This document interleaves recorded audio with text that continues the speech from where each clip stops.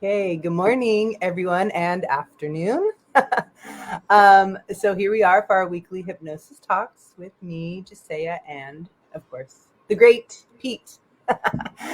And we've decided today to talk about something over perfection. Oh no, what was it? Progress. Progress, Yeah. progress over perfection. So if you have any questions, type them in and we'll go ahead and get started. So, good morning, Pete. Good morning. Tell us Yeah. about progress over perfection. Yeah. This is one I would say for me, it's very important because I think it's important for us to remember we're never going to be perfect, right? There, there's nothing in our life where we can really go into it going, I'm going to be perfect at it. And we really need to take time to understand the really, I guess, the progress of being progressive, right?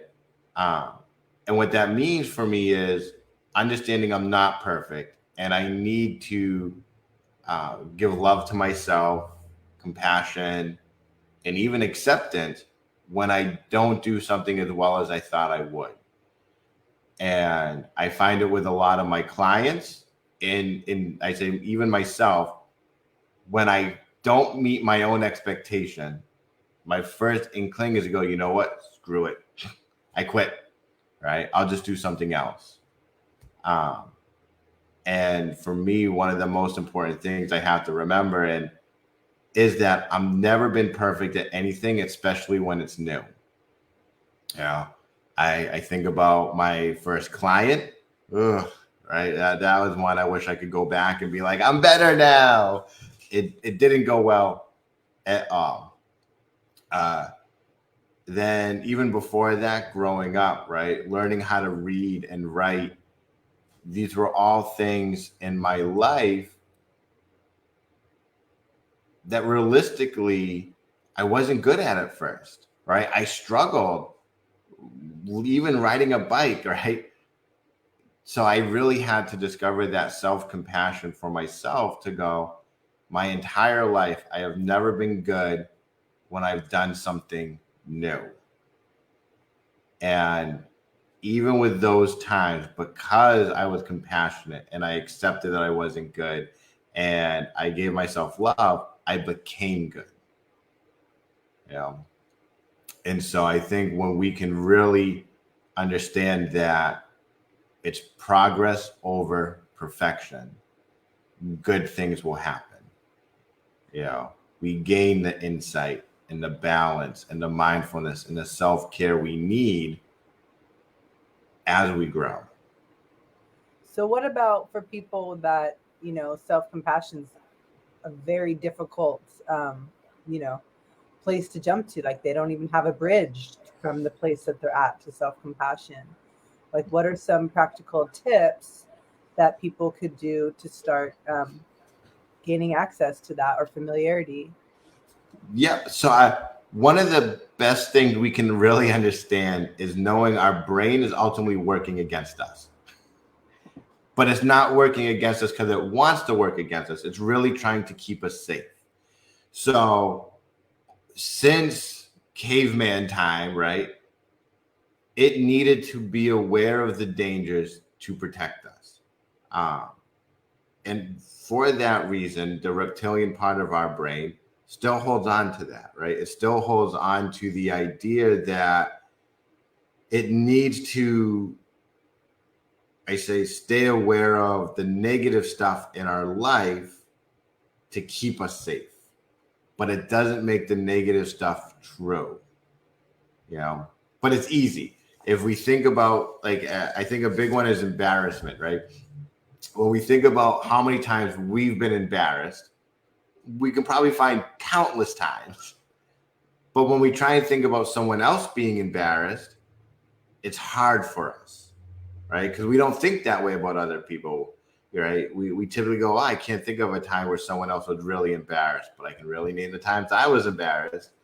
That is our mind working against us. It's saying, hey, everyone's noticing my imperfections, but I don't notice theirs, you know? And when we become aware of that idea that a lot of the stuff is just our inner workings going on and no one else recognizes, we get to begin to build upon our successes.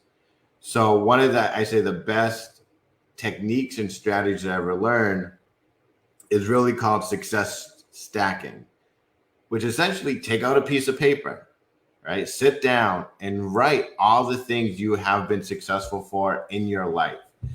And there's nothing too big, there's nothing too small, because ultimately everything we learned was hard in the beginning, right? Even walking, right? We look at babies when they're learning to walk, they're struggling until they're not. But then we just take it for granted as if it was no big deal, right?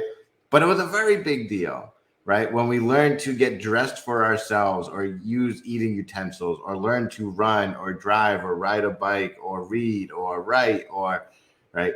All these things are successes in our life that we now take for granted. But because we take them for granted, we kind of brush off the value that they have done for our lives. Because imagine, like, if I never learned how to talk, how would my life be completely different now? Right? If I never learned how to walk, how would that have changed my life? Or never learned how to think or, do and understand these techniques, like how would my life be completely different? And so when we can really look back on our lives and go, wow, like these are the successes I have had. Nothing too big, nothing too small. And then when we get hit with that new thing, right? That thing that tells us there's no way, this is too hard, this is impossible. And we read that list of impossible things that we have done, it's pretty remarkable, right? And we get to get that courage, that motivation. I'm a big movie guy. One of the movies, I think it was Through the Looking Glass, which is like an Alice in Wonderland thing. A big part of it was, I want you to think of 7 impossible things before breakfast.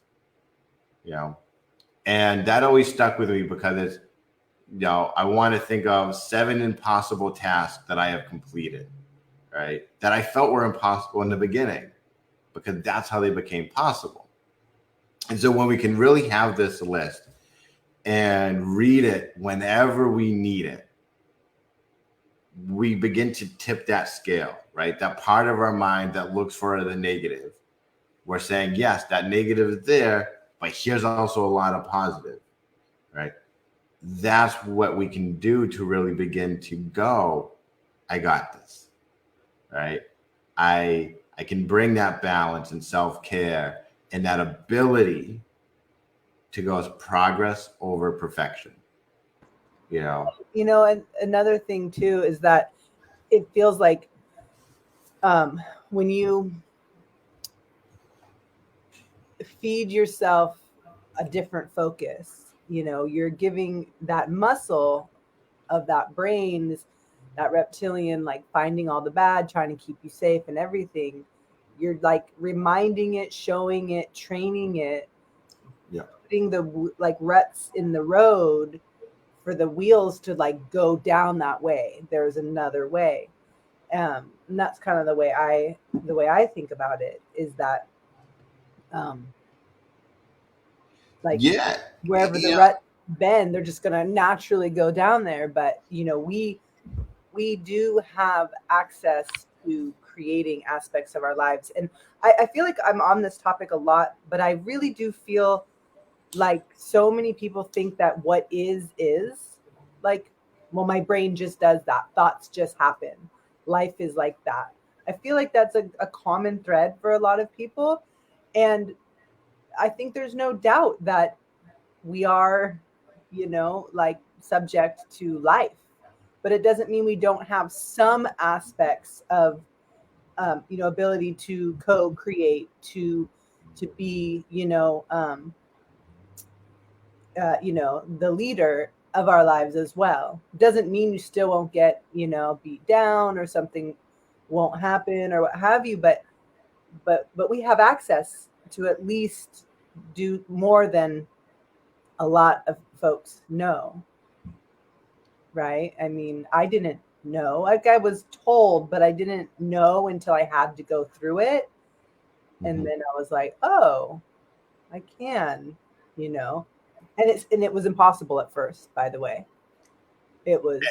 Everything is impossible at first. And so I guess actually that ties into that progress over perfection where you're just like, I can't think of something positive, or I can't, X, Y, and Z. Um, Yeah. but then if you keep doing it more and more, just like walking, talking, writing cursive, reading, we get to that. So yeah. Right. And it's amazing. Like for me, progress over perfection, we understand it in so many other areas of our life, right? When we're trying to build muscle, every personal trainer out there will be like, hey, it's progress over perfection, right? If you can lift 10 pounds today and 12 pounds next week, you're getting there, right? When it comes to creating a good habit, right? They're always like, it's progress over perfection. It's you can't go in at day one going, you know what? If I've never brushed my teeth and now I'm going to brush it every day, and then you miss a day, you get discouraged and you go, oh, screw it, I'll never brush my teeth again. But if you go, you know what? This week I did it, once a day, or one day of the week. The second week you did it 2 days of the week. The third week you did it 3 times, and then it's 2 times a day. Then it's 3 times a day. It's not impossible anymore, right? It becomes easier. If you think about it in like NLP, what you're essentially doing is you're chunking it down into steps that are easy to digest and accomplish. And then you become really good at it, and it becomes second nature, where you were like, I'm doing this my whole life, right? When we're children, we learn the alphabet. They don't give us the whole alphabet. They give us one letter, right? They're chunking it down to one piece. And when you get good at that piece, you add the second piece and then the third. What a lot of us want, though, is we want to go, you know what, Pete? I've been overweight my entire life. I'm tired of being overweight. I want it gone tomorrow. And it's like, I understand that. I'm the same way. I want it gone tomorrow. But I understand that's not how it works, right? We can't be delusional in that way and go, all of a sudden it's gone. But we get to go, you know what? I'm making a healthier choice, right? For a lot of people, I'm like, you know what? For breakfast, let's just start there. If you're not eating breakfast, let's start eating breakfast and start with something healthy. Then, when that becomes a normal part of your everyday routine, let's work on lunch. And then let's work on dinner. Then let's work on exercise instead of doing it all at once, because that's overwhelming. And people go, I can't do that. That's impossible. Well, No. what I think it also does is that when we um it's so much easier to want something than to do it, and then it's so much easier to be discouraged than it is to take the steps, right? And I think also, especially in regards to like hypnosis, self hypnosis, change work, there is a lot of things that can be done in the mind, with the physical things, right? And so that's some of the stuff I'd like to just kind of talk about, like just some other practical tips. Like, absolutely, if you want to lose weight, starting with your breakfast is really important, and starting to think about working out once a week, and and having self-compassion, like these are like active physical steps. And I thought it'd be fun to just talk a little bit about like what are some of like the mental steps that you can do as well, because what we believe, how we feel, and how we think are absolutely dictating our actions or our ability to take action or not take action. Yeah. So the easy answer is repetition, right? We need, especially when it comes to what we think, we have to understand it takes repetition of a new thought to become a normal thought, right?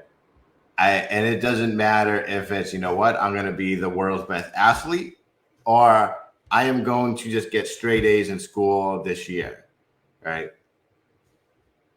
It takes that constant, you can't just think it once and have it become part of your life.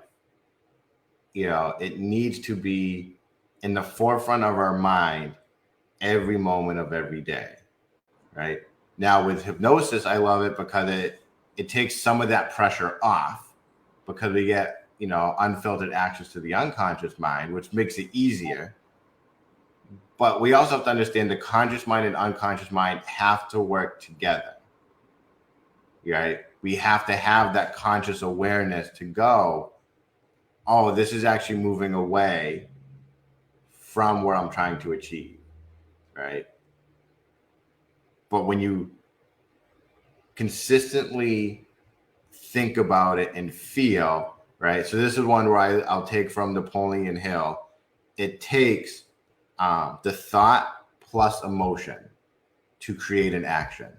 If you have just emotion and no thought, there's no action. If it's just a thought and no emotion, there's no action. It takes both. So when we think about that from a hypnotic standpoint, thought comes from the conscious mind, emotion comes from the unconscious mind. It takes both. And we have to be aware of that. And so one of the programs I run for me is a 90-day program where it's daily action based on your thoughts and emotions, right? It's really reprogramming your thoughts and emotions into that desired action. And some people have used it to start a business. Other people have used it to lose weight and everything. It's because it's all realistically the same. Is you're reading the new thoughts that you're having, you're experiencing the new feelings on a daily basis. Then your actions will fall in line. And so what I have them do is I have them record their daily actions, the things that they were grateful for and proud of that day, to something they could have done better, right? Because at the end of every week, we go over and reflect everything, and they see their progress, right? And they go, Pete, I'm not perfect yet. I'm not there, but I see the progress. I know I'm doing it. Come day 90, they are almost a different person from when they started, because they really brought their thoughts and emotions in a line in a daily way to create that action. Yeah. Yeah, it makes perfect sense. Um, well, we have a few more minutes. I'll just share real quickly what I decided to do, which I think fits in with this a little bit. And I don't even know where it came from, but I thought to myself, well, I haven't been wanting to wake up the past few days. I've just been like, just loving my sleep. And I was thinking, okay, when I open my eyes, I want to feel a certain way, or, like be a certain person for today when I open my eyes, trying to motivate myself to open my eyes.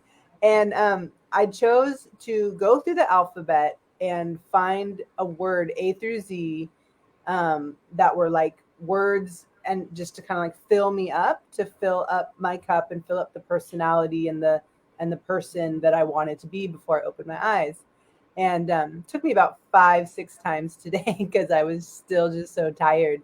But it was very interesting. And so I just went like, for example, these aren't exactly my words, but like A, ambitious, B, being, C, communicative, D. And I just went throughout the list, and I just felt really cool. Like, and so to me, I think, this is one tip, like one way that you can start to kind of play with your mind, getting new thoughts in there, new, activities, because you could certainly be laying in bed worried, um, shaming yourself, thinking about all the things you did wrong in third grade or what have you. Or you could go A through Z thinking of, qualities or aspects that you want in your life or in your day that day. And then once you get to Z, you know, get up and get going, or go back to A if you need to do it again. So um, I found that a nice exercise this morning, and I'm definitely going to do it some more times. And, I think like there are just so many ways to, also I think, just to touch on what you were saying, like, the conscious and the unconscious, they have to come together in order for this action to take place. And I feel like that's also sort of like shadow work, where, you know, once you brought something out to the light, then the consciousness is aware of it, so action can happen. And so I feel like, you know, there's a lot of ways that instead of doing what you're letting your mind do what it's used to doing in its very reptilian form, you can begin to pay attention and get conscious of some of the stuff that's going on, and then make a choice to add something else in, to play different word games, to do different visioning. And, you know, it's more accessible to some than others, but like start with the alphabet, or just start with, like, you know, one affirmation, or, you know, play a game where you're imagining yourself at your best. So those are just some ideas of things that, you know, places you can start. You can do it in traffic, you can do it in bed, you know, you can do it while doing the dishes, or you can really lay down with some nice music and a candle and really, you know, get into it. So I like yeah. that. Any last words today for progress over perfection? Yeah, I said the one last thing I will say is I get when we make a change or want to make a change, we think, and I'll just use like weight loss just as an easy example. If we go, all right, so I got to cut back on sugar, I got to eat more protein, I got to exercise more, right? We're listing off many things that we got to do to change. And that is very overwhelming. It is easier to go, you know what? I'm going to cut out sugar by replacing my soda with water. And that's how I'm going to start, right? Get used to that. If it comes to an affirmation, right? Because we all want more confidence, more self-love, more abundance, more everything, right? That's, again, overwhelming. We got to start with one affirmation, right? Let that really become part of our lives before we add the second one, right? And then wait till that one is really part of your life before you work on a third. Nowhere does it ever say we have to work on everything all at once. This is a life, this is a journey, this is progress over perfection, right? That's, I think, the best thing. Yeah, so take it slow, one step at a time, really, with that self-compassion, and knowing that you know, just being is enough. And you can just take little bite-sized pieces on your journey, and to be easy on yourself. Right? There's a way. It's, you know, I think that the ideal is to be easy on yourself while trying to move forward. You know, it seems like there's a really cool balance there that a lot of us as humans can learn, you know, how to do, to have it both. And, you know, Yeah. yeah. Right on. Well, thank you so much for today, as always, Pete. And as always, anyone who has any questions, get in touch with us either way through all the social media things. And you can also, you know, offer some ideas. If you have questions, we can definitely do a talk about them. So Yes. until then, I hope everyone has a great week, and Thank ciao you. for now. Bye.